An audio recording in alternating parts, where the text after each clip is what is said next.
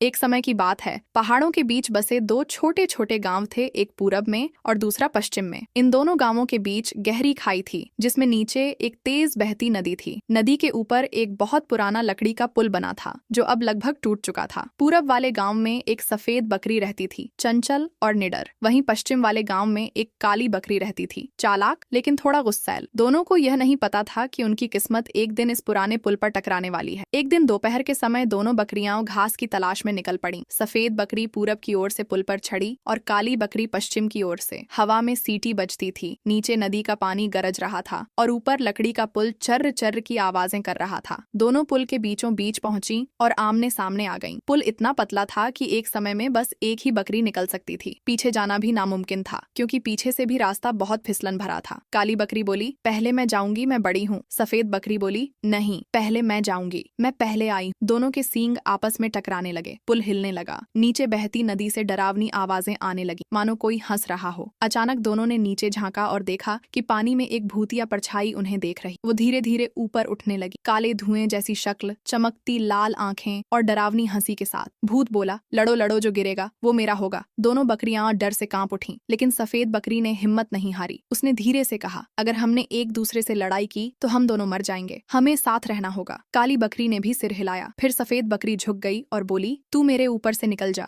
मैं नीचे टिकती हूँ। काली बकरी सावधानी से उसके ऊपर चढ़ी, धीरे धीरे पैर रखते हुए दूसरी ओर पार निकल गई। पुल चर्र चर्र करता रहा। हवा का झोंका आया, लेकिन दोनों संभल गईं। जैसे ही काली बकरी पार पहुंची, सफेद बकरी ने भी धीरे से अपना संतुलन बनाया और पार पहुंच गई। भूतिया परछाई गुस्से से चीख उठी, तुम दोनों ने मुझे मात दे दी। और फिर वो काली धुंध बनकर नदी में समा गई। दोनों बकरियां उस दिन के बाद कभी नहीं लड़ी। उन्होंने समझ लिया कि सच्ची हिम्मत ताकत में नहीं, समझदारी और साथ में होती है। सीख, कभी कभी डर हमें बांटने नहीं, जोड़ने आता है। जब हम मिलकर मुश्किलों का सामना करते हैं तो सबसे बड़ा भूत डर भी हार जाता है।